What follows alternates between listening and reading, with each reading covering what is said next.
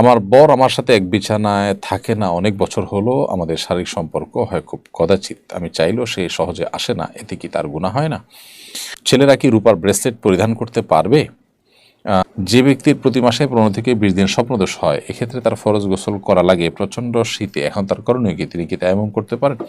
লিখেছেন, আমার কয়দিন পরে পরীক্ষা, যা পড়ছি সব ভুলে যাচ্ছি, এখন কি করব? মূল পণ্যের মূল্য নির্দিষ্ট আছে, এর বাইরে ক্রেতাদের অধিক পণ্য কেনায় উৎসাহিত করার জন্য পুরস্কারের ব্যবস্থা রাখা এবং লটারির মাধ্যমে সে পুরস্কার দেওয়াকে বৈধ হবে। আমার বর আমার সাথে এক বিছানায় থাকে না অনেক বছর হলো। আমাদের শারীরিক সম্পর্ক হয় খুব কদাচিৎ। আমি চাইলেও সে সহজে আসে না। এতে কি তার গুনাহ হয় না? প্রিয় বোন, আল্লাহ তাআলা আপনার প্রতি রহম করুন। যদি আপনি যেমন বর্ণনা করেছেন বাস্তবতা এমনই হয় যে আপনার যে জৈবিক চাহিদা আছে সেটি তিনি পূরণ করছেন না, তিনি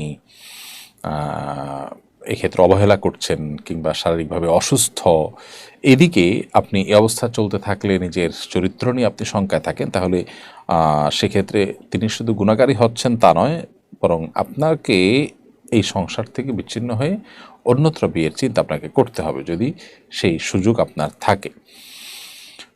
অন্যথায় আপনার স্বামী তিনি গুনাহগার হবেন। তিনি আলাদা থেকে আপনার হক নষ্ট করছেন, সেই দায় তিনি দায়ী থাকবেন। তার আল্লাহকে ভয় করা উচিত। কারণ স্ত্রীর ভরণ পোষণ শুধু জোগাড় করলেই হয় না, স্ত্রীর জৈবিক চাহিদা পূরণ করাও স্বামীর উপর কর্তব্য। সেটা যদি তিনি না করেন তাহলে তিনি গুনাহগার হবেন।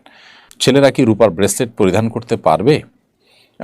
ছেলেরা আসলে সাজগোজ করবে না, সাজগোজ ছেলেদের জন্য নয়, বিধায় তারা রূপার আংটি পরলেন বা অন্য কোনো কিছু পরলেন, এটা জায়েজ আছে, কিন্তু রূপার ব্রেসলেট তাদের পরা উচিত নয়।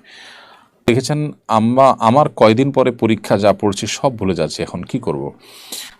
ভুলে যাওয়ার অনেক কারণ ভিতরে একটা হলো গুনাহ, পাপাচার। মানুষের নানান গুনাহে যখন লিপ্ত হয়ে যায় তখন তার স্মৃতিশক্তি কমে যায়, লোপ পেয়ে যায়। সেজন্য আমাদের উচিত হবে তাকওয়ার জীবন গড়া এবং গুনাহমুক্ত জীবন পরিচালনা করা। সেই সাথে আমাদের স্মৃতিশক্তি নষ্ট হতে পারে, আমাদের ফোকাস নষ্ট হতে পারে, সেরকম বিষয়ের সাথে আমাদের বেরিয়ে আসা উচিত। মোবাইলে অতিরিক্ত সময় দেওয়া, অতিরিক্ত বন্ধুবান্ধব নিয়ে আড্ডাবাজি করা, সেই জিনিসগুলো বন্ধ করা খুব বেশি গুরুত্বপূর্ণ। না হলে আসলে এই ভুলে যাওয়ার যে রোগ, এটা থেকে ফিরে আনা নিজেকে খুব কঠিন। মূল পণ্যের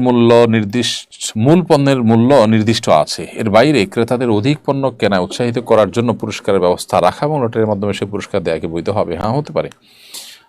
আপনি পণ্য কিনেছেন, কিন্তু কিনতে যারা আসছেন তাদেরকে কুপন দিয়ে সেখানে লটারি করেছেন, করে কিছু মানুষকে পুরস্কার দিয়েছেন, এটা নাজায়েজ কোনো বিষয় নয় ইনশাআল্লাহ তাআলা। ভিকে রবিউল, আপনি আমাদের ইউটিউব চ্যানেলে লিখেছেন, যে ব্যক্তির প্রতি মাসে 15 থেকে 20 দিন স্বপ্নদোষ হয়, এক্ষেত্রে তার ফরজ গোসল করা লাগে প্রচণ্ড শীতে। এখন তার করণীয় কি? তিনি কি তায়াম্মুম করতে পারেন? প্রথম কথা হলো তিনি ট্রিটমেন্ট করতে পারেন যাতে করে তার এই দুর্গতি এবং কষ্ট দূর হয়। দ্বিতীয়ত, এই অবস্থায় গিজারের মাধ্যমে কিংবা কোনোভাবে পানি গরম করে কোনোভাবে তিনি যদি গোসল করতে পারেন তাকে গোসলই করতে হবে। এবং এই যে অনেক বেশি স্বপ্নদোষ হওয়ার কারণে বেশি গোসল করতে হলো, এই জন্য তিনি আল্লাহর কাছে আজর পাবেন, কষ্ট সহ্য করবেন। আর যদি এইভাবে গরম পানি দিয়ে গোসল করার কোনো ব্যবস্থাপনা তার নেই এবং এভাবে নিয়মিত গোসল করার ফলে তিনি বড় ধরনের অসুস্থতার মধ্যে যেতে পারেন, এরকম আশঙ্কা হয়, তাহলে ভিন্ন বিষয়। এই জন্য তার পুরো পরিস্থিতিকে কোনো আলেমের সাথে সাক্ষাৎ করে জানিয়ে তারপর উত্তর দিতে পারলে ভালো হয়। শাহিন পাটোয়ারি লিখেছেন, অবিবাহিত সন্তান থাকা অবস্থায় মা বাবা কি হজ বা ওমরা করতে পারেন? অনেকে বলেন সন্তানের বিবাহ না হলে বাবা মার হজ কবুল হয় না, এটা কতটুকু সঠিক? আমি বিবাহিত কিন্তু আমার মা বাবাকে ওমরা বা হজ করাতে চাই, এক্ষেত্রে তাদের হজ আল্লাহর কাছে কবুল হবে কিনা? শাহিন পাটোয়ারি, আপনার প্রশ্ন উত্তর হলো, বাবা মার হজ ওমরার জন্য সন্তানকে বিয়ে দেওয়া মোটেও পূর্ব শর্ত নয়। এটি আমাদের দেশে সাধারণ মানুষের লোকমুখে প্রচলিত একটি কথা মাত্র।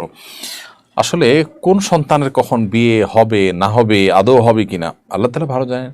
তো কোনো সন্তানের বিয়ের উপরে বাবা বা মায়ের হজ কখনো ডিপেন্ডেন্ট থাকতে পারে না, নির্ভরশীল থাকতে পারে না। এমনকি সন্তান যদি একাধিক থাকে এবং তারা যদি ছোটো থাকে, তাহলে সেক্ষেত্রে একই কথা প্রযোজ্য হবে যে সন্তান যদি আজীবন তারা যদি অবিবাহিত থাকেন তাহলে কি বাবা মাকে হজে যাবেন না? হতে পারে যে ছোট হোক বড় হোক সন্তান বিয়ে করছেন না বা বিয়ে হচ্ছে না কোনো কারণে, তো সন্তানের বিয়ের জন্য কি বাবা মার হজ ঝুলে থাকবে? উত্তর হলো না। হজের সাথে আসলে সম্পর্ক হলো আর্থিক সঙ্গতির। কারো আর্থিক সঙ্গতি আছে তিনি হজ করবেন, আর্থিক সঙ্গতি নেই তারপরে হজ ফরজ হবে না। এটা হলো মূল বিষয়। সাদ আপনি এর দিকে লিখেছেন, রাগ কন্ট্রোল করার ও ধৈর্য বৃদ্ধি করার কিছু উপায় বললে কৃতজ্ঞ হব। রাগকে নিয়ন্ত্রণ করবার জন্য অবস্থার পরিবর্তন করা, যে অবস্থা রাগ আসছে সে অবস্থা চেঞ্জ করে ফেলা, কোথাও রাগ আসছে সেখান থেকে চলে যাওয়া, দাঁড়ানো থেকে বসে যাওয়া, বসে থেকে শুয়ে যাওয়া, এই জিনিসগুলো মানুষের রাগ কন্ট্রোল করতে সহায়ক ভূমিকা রাখে। দ্বিতীয়ত অজু করলে, পবিত্রতা অর্জন করলেও আল্লাহ তাআলা তার রাগকে কমিয়ে দেন। তৃতীয়ত আউযুবিল্লাহি মিনাশ শাইতানির রাজিম পাঠ করলে আল্লাহ তাআলা রাগ প্রশমিত করে দেন। সেই সাথে ধৈর্য ধারণ করবার জন্য ধৈর্যশীল মানুষদের সোহবত, সান্নিধ্য, তাদের সাথে উঠা বসা করা, এটা অনেক সময় ব্যক্তির মধ্যে ধৈর্য সৃষ্টি করতে সহায়ক ভূমিকা রাখে। এমডি সাজ্জাম হোসেন আপনি লিখেছেন, মাদ্রাসায় পড়াশোনার ক্ষেত্রে অনেক সময় দেখা যায় মাদ্রাসা বন্ধ থাকে পরীক্ষার পর, ঈদের পর, কিন্তু বেতন ঠিকই পুরো মাসে দিতে হয়। ছাত্রদের না পড়ে বেতন নেওয়া কি বৈধ হবে কিনা? এটি নির্ভর করে আসলে চুক্তির উপরে। শিক্ষা প্রতিষ্ঠানের সাথে শিক্ষকের যদি এরকম চুক্তি থাকে যে তুমি আমাকে প্রতি মাসে 12 মাসের টাকা দিবা, আমি এই পরিমাণ অল্প ডিউটি করব, এটা যদি এগ্রি হন তাহলে সেক্ষেত্রে তাই। আর যদি সেরকম কিছু না হয়, বরং এমন চুক্তি হয় যে আপনি পড়াশোনার সময়টাতে শুধু বেতন পাবেন, আর যখন পড়াশোনা থাকবে না, বন্ধ থাকবে, ওই টাইমে বেতন পাবেন না, এরকম যদি চুক্তি থাকে তাহলে তাই। এই জন্য এই বিষয়টি নির্ভর করে উভয় পক্ষের পরস্পরের মধ্যে কি চুক্তি হয়েছে তার উপরে। তবে যদি চুক্তি হয়ে থাকে যে আপনি মাসে 1 দিন ক্লাস করান আর 10 দিন করান কিংবা না করান, বেতন আপনি ঠিকই পাবেন, এই মর্মে দুপক্ষ চুক্তি করে থাকে, তাহলে সেক্ষেত্রে এই টাকা নেওয়া তার জন্য জায়েজ হবে। রওনক হাসান সজীব লিখেছেন, আমি পশু চিকিৎসা করি, শরীরে গোবর এবং গরুর প্রস্রাবের সিটা অল্প লাগলে পাক কীভাবে হওয়া যাবে? রওনক হাসান সজীব আপনার প্রশ্ন উত্তর হলো,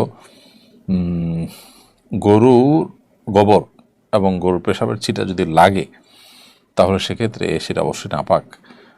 যে জায়গায় লেগেছে সেই জায়গা কতটুকুর মধ্যে লেগেছে সেটি মোটামুটি অনুমান করে ধরে আলতো করে ধুয়ে ফেলতে হবে, তাতে ইনশাআল্লাহ পুরো জামাটা বা পুরো শরীরটা পাক হিসাবে ধরতে হবে।